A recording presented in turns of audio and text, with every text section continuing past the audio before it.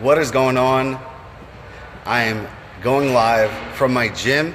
The Wi-Fi is kind of funky, so do me a big favor, and if you could hear me clearly, give me a thumbs up.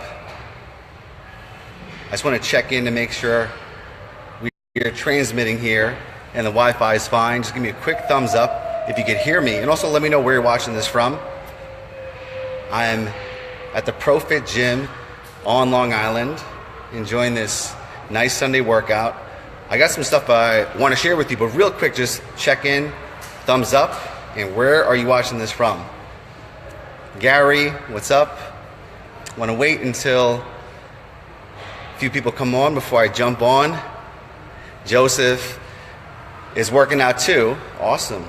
Best day to work out on a Sunday. Yes, and I'm feeling so good, especially when you don't go too crazy on Saturday night. You don't wake up with a hangover and feeling like shit. It's the best feeling to wake up fresh, clear, ready to take on the day. Christine from Arkansas, Jasmine, yes, and Great Neck in your nice warm house. I'm in the nice warm gym. Got out the house today to work out, take care of some stuff. Gary from Toronto, yes. Real quick, give me a thumbs up if you could hear me, and let me know where you're watching this from. And also another bonus thing is, what is one thing that you're grateful for? Super curious about that. So the title of this live is that you are doing better than you think you are. Well, why do I say that? Essentially, this is something I struggled with for many years.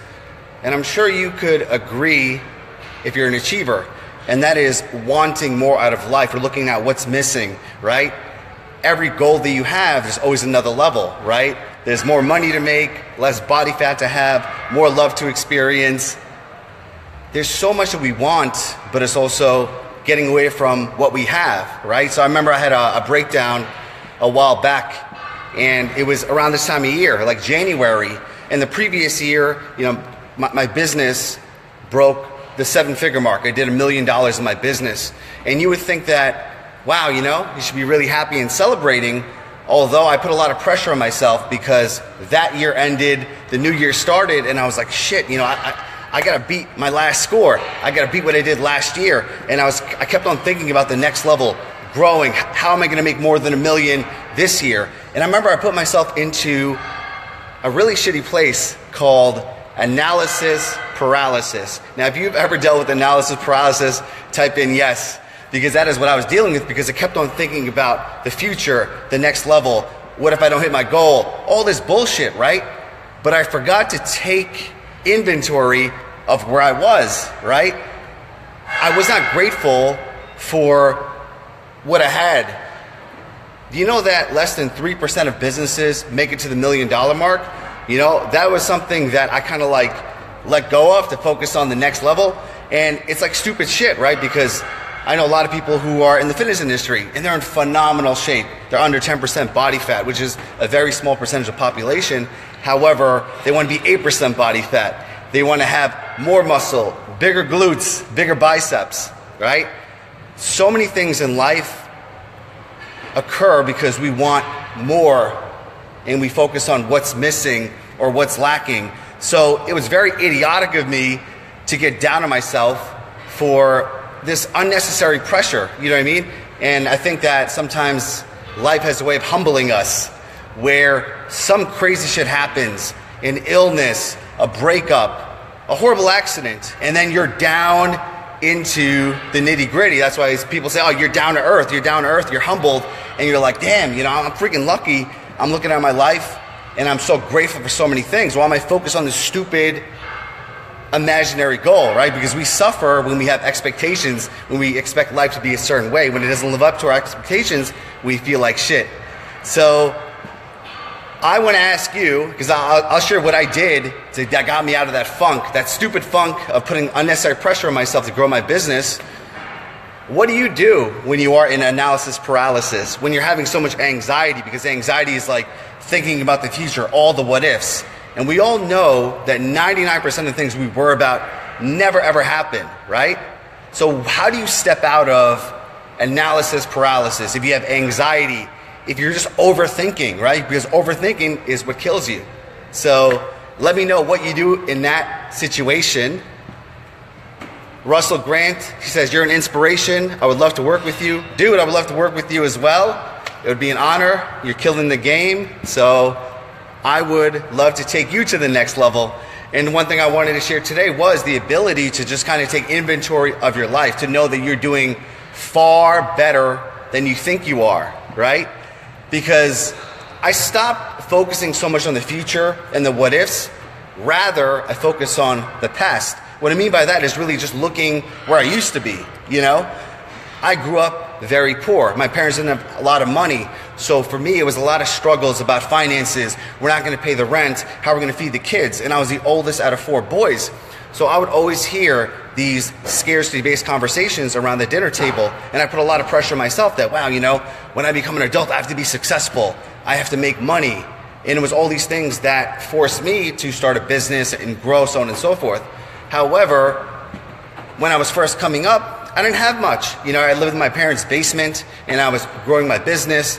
And now the life that I have is truly a dream come true. I'm super grateful for it. And I look at the ability for me to buy my dream house, to host seminars inside, and do all these amazing things, and even be here chatting with you is such a beautiful thing.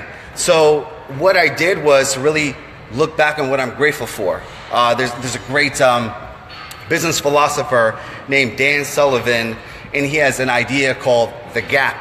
And the gap is really looking at how far you came, taking inventory, right? If there's anything that I could do right now in this present moment is to remind you how far you've came, right? You're doing way better than you think you are, because we have this like elusive expectation of how we think life should be, how much money we should have, if we should have this relationship, if we should have this level of health. But in reality, appreciate what is. And the biggest thing that really helped me many years ago is adopting a simple daily practice, and that is having a top 10 gratitude list. Every single day, I make a list of the 10 things I'm most grateful for. And believe me, the first few weeks was very, very difficult, you know, because you're like, I'm grateful for breathing, I'm grateful for food, to go to the gym, whatever the case is. And then what ends up happening is you train your gratitude muscle. So for the past few years, every single day, I'm taking note of 10 things I'm grateful for. I did it this morning. And what that does, it trains me to appreciate everything around me. The littlest things I appreciate, right? Because sometimes we look at our life and we think about all the things that go wrong. But if you look back on the day and you make it to your bed, you go to sleep, you're like, imagine all the negative things that could have happened, right? We fail to realize the miracles that are going on around us. And once you're in that place where you're training your gratitude muscle, essentially you start to look at everything from a place of appreciation. And like money in the bank, it appreciates. Russell says, gratitude can help this. Absolutely, 100%. That's what I mean, like taking note of things you're grateful for. Maybe 10 a day is very extreme. Start off slowly, 5, 10, 20. Tanya says success imprinting, looking at where you want to go and where you are now. Yes. Madeline, good morning. Francis says, when I'm anxious, prayer and faith are very powerful. We are all blessed and wouldn't trade our lives for someone else's. Love the message. Appreciate you. Absolutely. Prayer, gratitude, it's all these things that you're taking inventory of your life. And that's what I do. Like I said, I have a top 10 gratitude practice.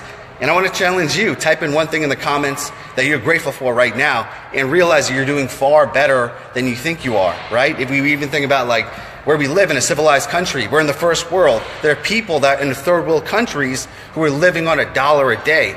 Right now, it's ice cold here in New York, like 9 degrees. Some people have to deal with these circumstances without heat, without shelter, without water. And it's like, holy shit, I'm truly blessed. If I'm bitching and moaning because my $1 million business is not growing, I'm an idiot for that, right? And that's why I remind myself how grateful I am, and I look back on where I used to be. Christine says, I can do that. Yes. Joseph says, beautiful speech. Love that. Appreciate you. All right. So I just want to take inventory and remind you to realize that you're doing far better than you think you are, right? So do 2 things for me. Number 1, where are you watching this from? Let me know. Super curious. I'm at ProFit Gym on Long Island, getting a nice chest workout in. Took a little break from it to connect with you. I got so inspired in my workout, I wanted to capture the energy. And what are you grateful for? What are you most grateful for in this present moment, whatever comes up intuitively? I'll tell you, I'm grateful for you. I'm grateful for the fact that I have this amazing technology that I hit live, and I have some awesome people to talk to, right? Nice. Russell is grateful for his family. Anyone supports me mentally? Yes.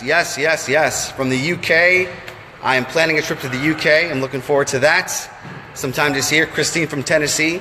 Exactly. So, want to give you guys a heads up too. I'm doing a seminar in LA at the end of the month.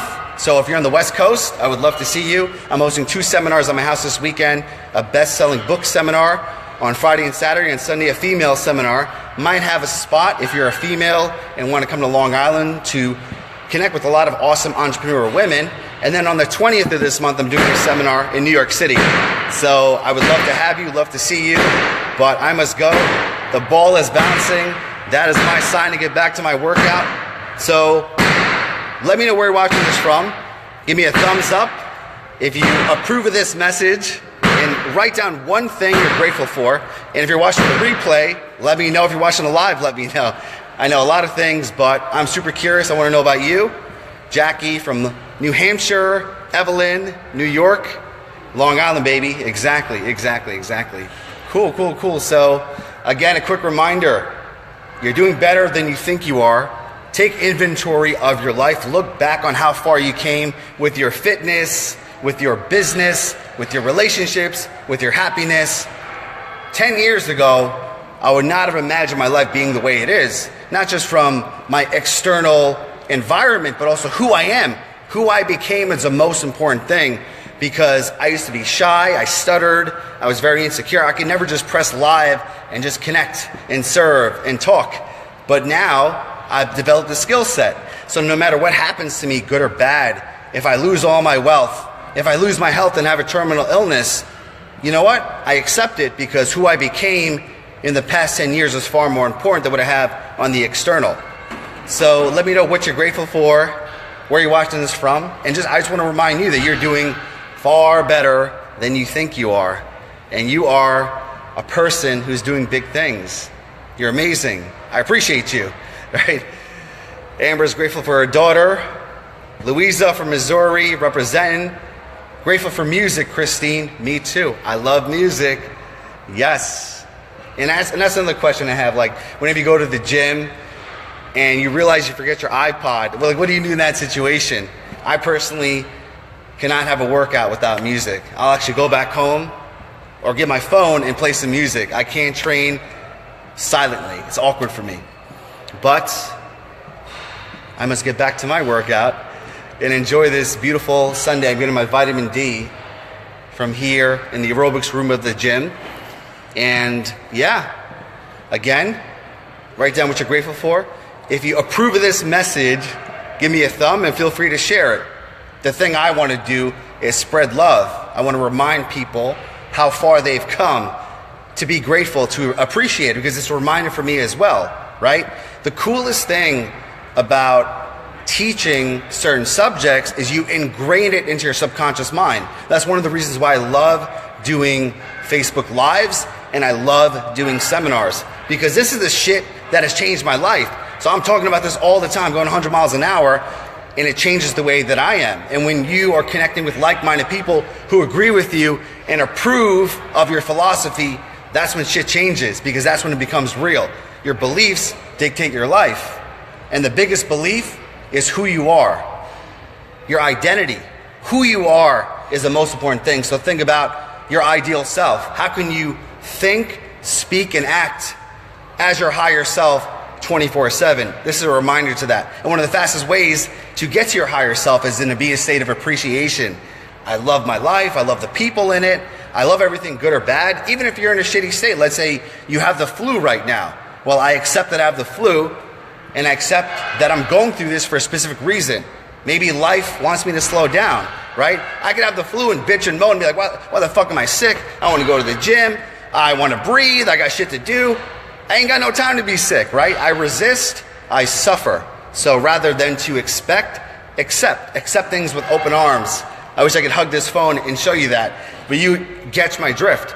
So you're in a place where you're always accepting the things in your life as if you had chosen it. Because the happiest people in the world, they're very easygoing. What does easygoing mean? It means that whatever happens to me that is outside of my control, I accept. Because there's things that we can control, and one of the biggest things is our attitude. Being in a state of appreciation all the time, good or bad, right? Because right now, if you're in a place, let's say you're going through some difficult situation, or you're going through a challenge, or maybe you're feeling depressed or anxious, whatever you're going through is happening for a reason.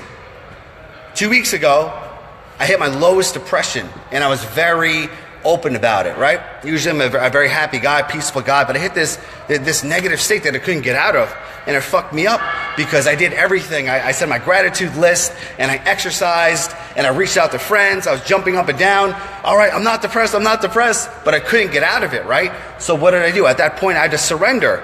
I surrendered to being depressed, and the moment I let go, holy shit, I felt this lightness. This, oh my God, like, I'm not fighting this anymore, I'm accepting it. So that is my philosophy. Like, when things are good, take action, be proactive, take control of your life. When things are bad, simply surrender, right? Just become present. Because if you have the flu, surrender to the flu. It'll pass a lot sooner and you'll feel a lot better in the process. Now, if you have the flu and you're bitching and moaning about being sick, it's going to make you more sick. It's going to affect your immune system. Your immune system needs every cell of your being to rest so it can kill all the germs. And everything in life, good or bad, surrender to it, right? And the more you surrender, the more you let go. And this sounds pretty damn freaky, but the more that I let go, the more things come my way. So I'm in a place where I give value, give advice, help people, serve at the highest level, and I receive whatever life gives me.